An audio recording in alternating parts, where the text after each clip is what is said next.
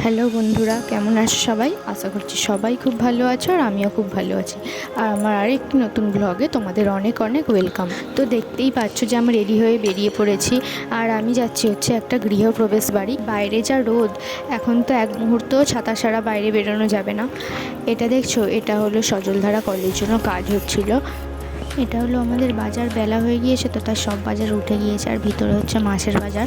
আর আমরা গেটটাও কিন্তু খোলা পেয়ে গিয়েছিলাম। স্টেশনে কিন্তু প্রচণ্ড গরম ছিল, কিন্তু আমাদের স্টেশনে বেশিক্ষণ বসতেও হয়নি, সঙ্গে সঙ্গে আমাদের ট্রেন এসে গিয়েছিল। আর দেখো আমরা পৌঁছে গিয়েছি, এটা হচ্ছে জনাই। আর আমরা 5জন গিয়েছিলাম, আমার বর, আমার শাশুড়ি মা, আমার ছোটো কাকা শ্বশুর আর তার মেয়ে, মানে আমার ননদ।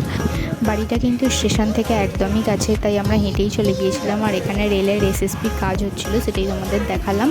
আর ওই যে পিঙ্ক কালার আর ইয়েলো কালারের গাড়িটা দেখতে পাচ্ছ, ওই গাড়িটাতেই আমরা যাবো। যাদের বাড়ি এসেছে তিনি হলেন আমার শ্বশুরমশাই, যেখানে মানে জব করতেন সেখান থেকেই আর কি ওনার সাথে পরিচয়, আর খুব ভালো সম্পর্ক হয়ে গেছে আমাদের মধ্যে।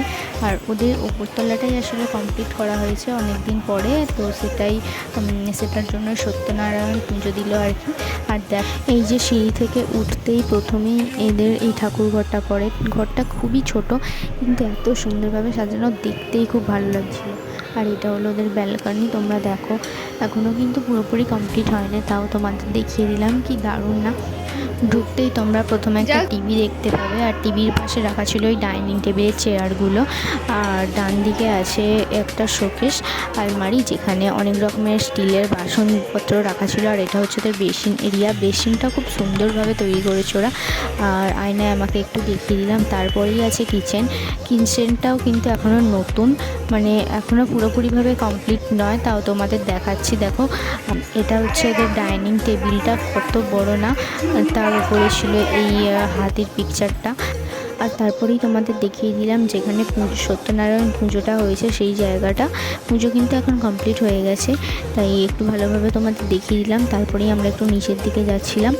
আর এই ঠাকুরঘরটা তোমাদের বারবার দেখাচ্ছি, কারণ আমার খুবই পছন্দ হয়েছে ঠাকুরঘরটা। একদম ছোট্ট, ভিতরে কিন্তু দাঁড়ানোও যাবে না। এই যে ওদের উঠোনটা দেখতে পাচ্ছ, এই উঠোনেই কিন্তু খাবার দাবারের ব্যবস্থা করা হয়েছিল, তার পাশেই রান্না করা হচ্ছিল। তারপর আমরা খেতেও বসে গিয়েছিলাম। লাস্টে একটা আইসক্রিম খেতে খেতে আমরা আবার বাড়ির দিকে রওনা দিলাম। আজকের ভিডিওটা এখানেই শেষ করলাম। ভালো লেগে থাকলে লাইক, কমেন্ট আর শেয়ার করে দিও, আর অবশ্যই আমার চ্যানেলটি সাবস্ক্রাইব করে দিও। দেখা হচ্ছে পরের ভিডিওতে। বাই।